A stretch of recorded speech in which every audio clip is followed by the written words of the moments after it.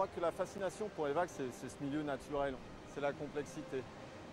La difficulté finalement de prévoir, de prédire ce que sera la hauteur d'une vague quelques secondes après. Puis j'ai toujours été fasciné ou j'ai toujours aimé avoir un rapport avec la nature et retrouver cette nature en mouvement aussi intense avec autant de puissance, vraiment l'observation des vagues c'est un exemple. Ce mouvement perpétuel, c'est tellement complexe que c'est quasiment infini. Bertrand Chaperon est un chercheur atypique. Cheveux très longs à une époque, un peu plus courts aujourd'hui. Pour ce scientifique passionné et curieux de tout, il faut quitter la surface des eaux et prendre de la hauteur pour observer la mer. Ce haut savoyard d'adoption conserve des souvenirs extraordinaires de ses descentes à ski et rêve encore parfois qu'il neige sur Brest où il travaille aujourd'hui. Grâce à une succession de rencontres et beaucoup de chance, Bertrand est devenu un spécialiste de l'observation de tous les océans. L'océanographie spatiale, c'est avant tout observer l'océan depuis l'espace. Donc aujourd'hui, on a vite compris que pour observer le globe dans son ensemble, il n'y avait pas mieux que d'avoir des yeux dans l'espace.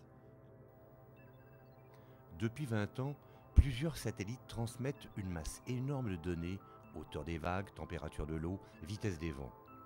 Bertrand Chaperon récupère et analyse ainsi toutes les informations nécessaires à une meilleure connaissance des océans. Il décrypte toutes les mesures récoltées pour percer les mystères du mouvement des vagues. Une vague, eh bien, il faut considérer que c'est avant tout une onde qui va se propager à la surface de l'océan. Vous allez avoir des longueurs d'onde qui vont varier des toutes petites vagues qui vont être créées juste devant vous, jusqu'à des vagues de plus de 400 à 500 mètres de longueur d'onde qui ont pu être créées par des vents très très intenses comme dans les cyclones ou encore les grandes tempêtes des mers du Sud. Ce qui est intéressant, c'est que plus la vague est longue, plus cette vague se déplace rapidement. Donc ça permet de pouvoir construire un modèle de propagation, de telle sorte que quand la vague a été générée à un endroit sur le globe, on va pouvoir la suivre dans le temps. Il y a des vagues qui sont régulièrement observées, qui sont générées au sud de Madagascar et dont l'empreinte reste encore détectable au nord de l'Alaska. Les applications des recherches de Bertrand permettent d'anticiper la nature dangereuse de la mer à un endroit donné.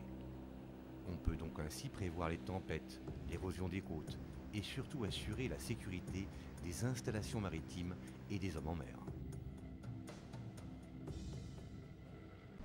Grâce au satellite, Fab a déterminé le meilleur endroit pour pratiquer son sport favori. C'est intéressant de matérialiser, ouais. C'est là qu'on se rend compte vraiment ce que c'est qu'une vague. La puissance, l'énergie, c'est pas... Quand on la voit sur un écran, on se rend pas compte de l'énergie que ça a. Hein. Quand on est là, on se dit, bon, là la différence entre 2 mètres et 3 mètres, on la sent tout de suite, alors qu'à l'écran, c'est moins sensible. Non, là t'es tout de suite dans le vif du sujet, là. C'est sympa. Bon, il y a un bon vent, là. Hein. Dr Fab a suivi le sillage de son maître. Il est devenu non seulement un chercheur de haut vol, mais aussi un pro du kitesurf. Bertrand partage avec lui le besoin indispensable de ce contact avec la nature. On se rend compte qu'on n'était pas si fou, on disait 3 mètres, on est à 2,50. Pas si mal. Ils ont un petit peu Validé. perdu d'énergie. Validé, allez, ça c'est de la validation in situ, on va dire. Voilà. C'est validation, quoi. L'observation scientifique des océans n'est pas la seule préoccupation de Bertrand Chaperon. Chercheur visionnaire, il aime partager, échanger et analyser sans cesse l'évolution du monde qui l'entoure. C'est peut-être maintenant qu'on se rend compte qu'il y a effectivement beaucoup plus de variables qui gouvernent notre monde que ce qu'on imaginait il y a ne serait-ce que 2 siècles.